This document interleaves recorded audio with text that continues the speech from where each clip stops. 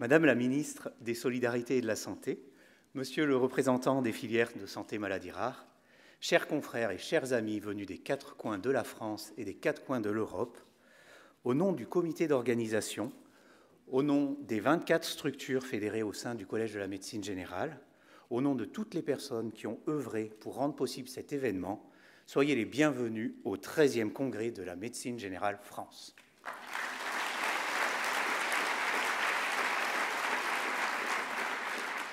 Ce congrès est placé sous le signe de l'art. L'art nous interroge. Alors, comme l'a récemment proposé Banksy, interrogeons-nous sur notre art. Car il faut nous laisser interpeller si nous ne voulons pas finir au musée. Mais nous laisser interpeller sur quoi? J'ai demandé à Google, dont les suggestions reflètent les questions les plus fréquentes. Et il semble que l'on se demande si nous sommes fonctionnaires, heureux, des héros, assujettis à la TVA, infidèles, riches, trop payés, intelligents, des requins ou encore des scientifiques. Intéressant. Mais il y a sans doute des questions plus profondes.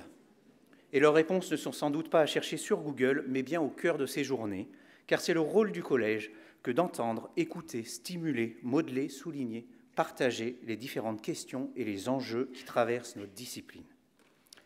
Alors, allons-y pour les discussions. J'ouvre le bal. J'ai parlé l'an dernier d'une marguerite à 4 pétales. Voici une fleur à 3 pétales qui fait encore un peu plus peur. Ma santé 2022. Vous n'en avez pas marre des réformes? Qu'ont-elles apporté? Où nous emmèneront-elles? Le philosophe nous rappelle que nous sommes condamnés à nous adapter, que c'est inhérent à notre condition. Le monde évolue, parfois avec de vrais...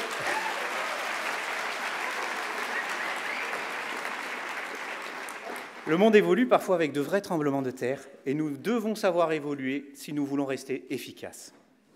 Réformer pour évoluer, oui, mais pas n'importe comment. Car ils sont quelques-uns à n'avoir d'autre horizon que de donner un coup de pied dans notre fourmilière alors que l'écosystème de santé est bien fragile. Ils sont quelques artistes aussi à vouloir insérer dans cette réforme des mesures en trompe-l'œil pour donner l'illusion de faire bouger les lignes. Ça marche ? Pour éviter que la restauration ne tourne au fiasco, le Collège propose de donner notre lecture du tableau, de mettre en lumière les initiatives structurantes et de lever le voile sur les fausses bonnes idées. La réforme actuelle nous propose tout d'abord de nous réorganiser. 2 grandes entités de coordination ont ainsi été créées, les ESP, équipes de soins primaires, qui regroupent des professionnels de santé pour améliorer la prise en charge et les parcours de santé de leur patientèle, et les CPTS, communautés professionnelles territoriales de santé, qui regroupent des professionnels de santé, mais aussi des professionnels des secteurs sanitaires et sociaux, pour améliorer l'accès aux soins et la continuité des parcours de santé sur un territoire au-delà de la stricte patientèle des promoteurs du projet. Dans ce contexte, le Collège de la médecine générale s'attache à défendre 2 grands enjeux. Avant tout, défendre notre diversité pour être des soignants heureux et efficaces. Il serait catastrophique que ces ESP et ces CPTS deviennent des espèces de doctorariums standardisés, prisonniers de cloisons de verre administratives, tels des vivariums à fourmis disposés sur le bureau de nos politiques.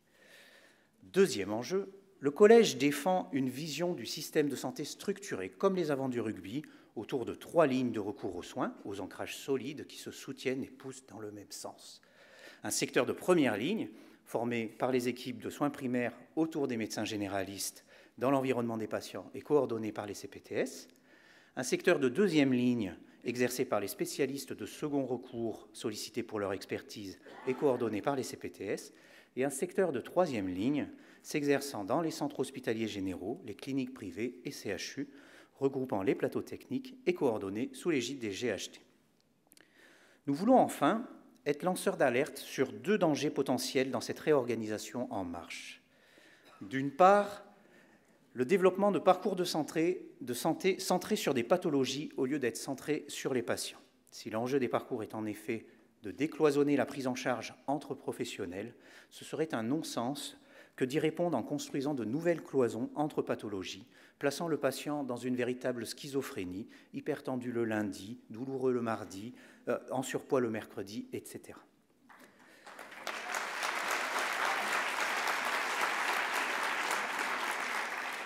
D'autre part, la question des inégalités territoriales d'accès aux soins, que certains voudraient résoudre par un saupoudrage mathématique des médecins généralistes sur le territoire. Je n'irai pas dans des arguments trop mesquins qui pourraient par exemple rappeler qu'avec 2 médecins pour 577 députés, l'Assemblée nationale constitue peut-être la zone la plus surdotée de France. Non.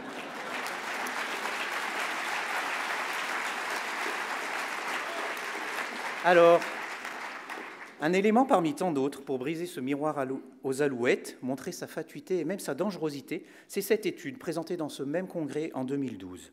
Vous avez sur ces cartes de la Loire, à gauche, les zones reconnues officiellement comme déficitaires, en rouge, ou fragilisées, en jaune, et à droite, le ressenti déclaré par la population sur le déficit en médecins généralistes, avec en rouge les zones où la population ressent le plus fort déficit. Le message saute aux yeux.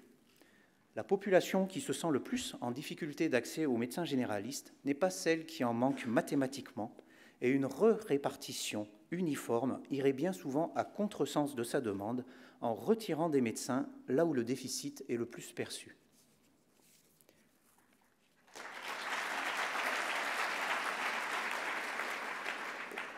Un autre axe proposé par Ma Santé 2022 est celui de la délégation de tâches. Délégation de tâches aux pharmaciens, aux infirmières de pratique avancée, aux assistants médicaux ou encore à la télémédecine. On dirait le jeu du serpent de nos vieux téléphones, ce jeu où le serpent prend progressivement toute la place à force de grignoter des compétences et finit par se mordre la queue. Au-delà de la frustration de notre thésaurismose, de cette crainte que l'on puisse se passer de nous, cette même crainte que l'on perçoit bien quand les patients nous disent au retour d'une période d'absence « Ah, il était vraiment bien votre remplaçant, docteur, vous savez s'il va s'installer bientôt ?»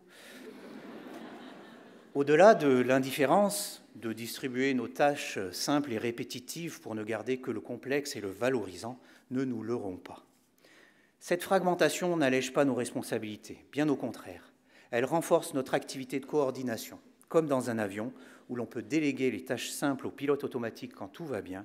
La présence physique d'un pilote reste indispensable pour gérer les phases délicates comme le décollage et l'atterrissage, mais aussi pour veiller à ce que rien d'anormal ne survienne et décider, le cas échéant, de la façon d'y réagir. Cette réorganisation, ce décloisonnement, ces délégations, portent chacun des enjeux de transmission de l'information, et par là d'un système d'information adapté et structuré. La mise en service du dossier médical partagé, le DMP, pose la question de déterminer quelle information est réellement utile à la prise en charge médicale, afin que ce DMP ne devienne pas une brouette de PDF entassée, inexploitable par le praticien. Résistons donc à cette frénésie du recueil, la même que l'on retrouve avec certains objets connectés, comme dans cette publicité pour brosse à dents qui propose, je cite, un suivi en temps réel et un historique des brossages.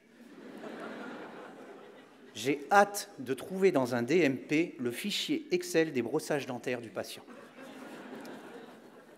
Pour œuvrer à la pertinence de ce recueil de nos données, le Collège promeut plusieurs travaux d'envergure. Et aussi, je vous encourage à découvrir lors de ce congrès les projets Plateforme et EBM France.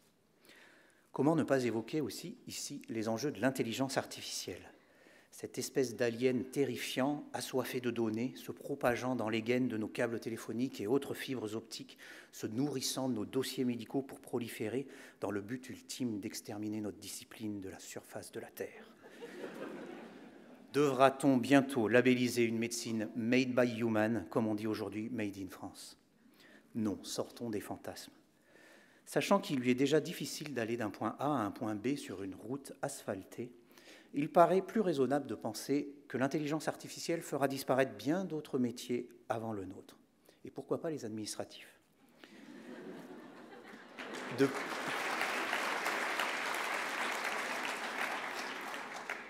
De plus, plutôt que de nous remplacer, cette intelligence pourrait bien nous augmenter, en nous aidant par exemple à interpréter les innombrables données de la science, parfois ambivalentes, afin de nous aider à avancer en contexte d'incertitude. Autre pan de cette réforme décidément très riche, la formation initiale et continue. Réforme du premier, second, troisième cycle, suppression du concours PACES, création des collèges nationaux professionnels, les chantiers ne manquent pas. La loi n'en esquisse qu'un croquis, au collège et à ses membres de lui donner forme, couleur et lumière. Le collège s'attachera à ce que cette formation reste bienveillante, reposant sur une véritable présomption de compétences. Car, formation initiale ou continue, nous sommes tous dans le même bain. Nous ne voulons pas d'une formation contraignante qui cherche à faire rentrer des ronds dans des carrés. Et comme le dit l'adage, tout étudiant ou tout médecin plongé la tête sous l'eau en ressort mouillé et un peu moins bienveillant. Pour finir, tous ces volets de réforme soulèvent des enjeux individuels qui nous invitent à l'introspection. Soignons tout d'abord notre relationnel qui, comme l'art, permet à notre médecine de transmettre de l'indicible. Ne cherchons pas à être apathiques, ne cherchons pas à être sympathiques, cultivons une vraie empathie qui aille au-delà de se gratter quand le patient se gratte ou de bâiller quand il bâille. Centrons-nous sur les besoins essentiels et profonds de chaque patient.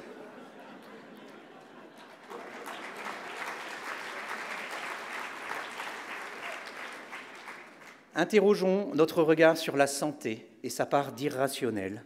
N'oublions pas que la santé est un ressenti et non une vérité, en nous inspirant, pourquoi pas, de cette phrase de Nietzsche, « La santé ne veut pas la durée, elle veut l'instant et l'éternité ». Interrogeons notre regard sur la science et la vérité. La science a une esthétique fascinante, ne parle-t-on pas d'un bel article, d'un beau papier, et il faut sans doute savoir résister à cette fascination pour pouvoir mettre cette science en balance avec le contexte et le patient. Afin de répondre avec justesse aux interrogations des patients comme au développement des médecines parallèles et perpendiculaires, gardons à l'esprit que notre médecine est fondée sur un risque d'erreur de type 1 et un risque d'erreur de type 2. Enfin, interrogeons-nous sur nos centres d'intérêt, nos relations et les liens qu'ils créent. Il nous faut là-dessus sortir du cliché simpliste, aussi artistique soit-il et romantique soit-il, d'une lutte contre le côté obscur de la force. Car les liens sont partout, mode d'exercice, patient, assurance maladie, mutuelle, industrie, université, carrière et j'en passe. Ils traduisent notre activité et nous permettent de travailler ensemble. N'attendons pas de la loi qu'elle nous donne la solution, car son seul pouvoir est de multiplier les interdictions au risque de finir par nous rendre hermétiques à tous ceux qui œuvrent dans le champ de la santé sous prétexte qu'ils sont différents de nous. Admettons que la notion de conflit ne nous appartient pas, qu'elle n'est pas dans notre bonne conscience mais dans le regard de l'autre, et prenons le temps de peser ce que nous mettons dans la balance de nos liens d'intérêt. À quoi utilisons-nous le choix d'être payé en honoraires ou en salaire? À quoi utilisons-nous notre indemnisation des PC, nos financements recherche, notre ROSP? Profitons donc de ce congrès pour faire cette introspection et partager autour de ces réformes. Car non, le médecin généraliste n'est pas un gros chat mou qui attend son bol de l'EROSP de l'assurance maladie, qui ronronne en se prenant pour l'empereur ou l'origine du monde.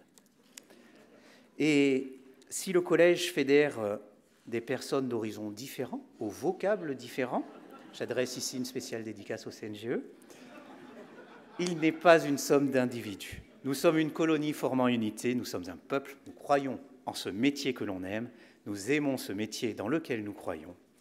Nous sommes le point G de la médecine. Quelle décharge d'adrénaline!